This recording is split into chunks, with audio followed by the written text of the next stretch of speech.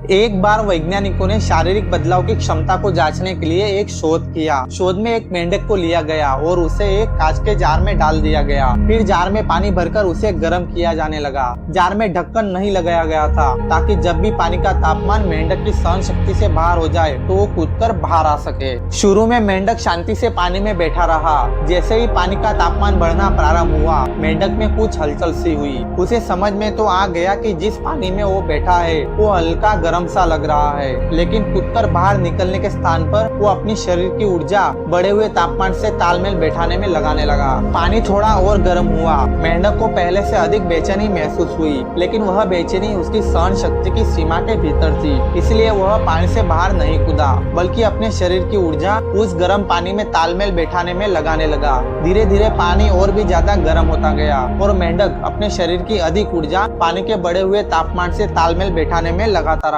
लेकिन जब पानी उबलने लगा तो मेंढक की जान पर बन आई। अब उसकी सहन शक्ति जवाब दे चुकी थी। उसने जार से बाहर कूदने के लिए अपने शरीर की सारी शक्ति बटोरी, लेकिन वह पहले से ही शरीर की समस्त ऊर्जा धीरे धीरे उबलते पानी से तालमेल बैठाने में लगा चुका था। अब उसके शरीर में जार से बाहर कूदने की ऊर्जा शेष नहीं बची थी। वह जार से बाहर कूदने में नाकाम रहा और उसी जार में मर गया। यदि समय रहते उसने अपनी शरीर की ऊर्जा का सही प्रयोग करके जार से बाहर कूदने में लगाया होता तो वह जीवित होता।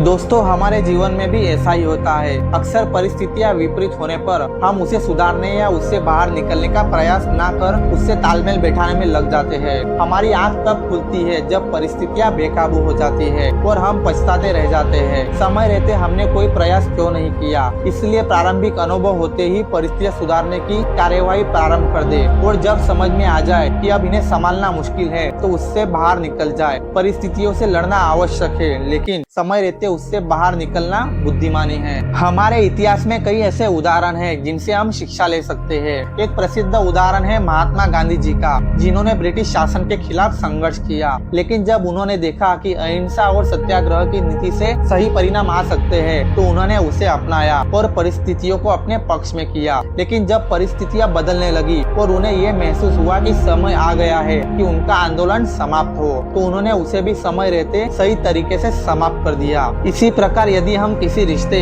किसी नौकरी या किसी अन्य कार्य में लगातार संघर्ष कर रहे हैं और फिर भी परिणाम नहीं मिल रहे हैं तो हमें अपनी दिशा बदलने की आवश्यकता होती है। अंत में मैं यही कहना चाहता हूँ कि हमें परिस्थितियों से लड़ने के लिए हमेशा तैयार रहना चाहिए, लेकिन जब स्थिति बदले तो हमें समय रहते उसे छोड़ने का निर्णय भी लेना चाहिए। यही बुद्धिमानी है। जीवन में हर स्थिति स्थायी नहीं होती है और समय के साथ हमें समझदारी से कदम उठाने होते हैं। उम्मीद करता हूँ कि ये कहानी आपको पसंद आई होगी। लाइक कर दे और ज्यादा से ज्यादा लोगों तक इसे शेयर करें। चैनल को भी सब्सक्राइब करना ना भूलें। तो अगले किसी और वीडियो के साथ फिर से आपसे मुलाकात करूंगा। तब तक अपने स्वास्थ्य का ध्यान रखिए। Thank you so much. जय हिंद।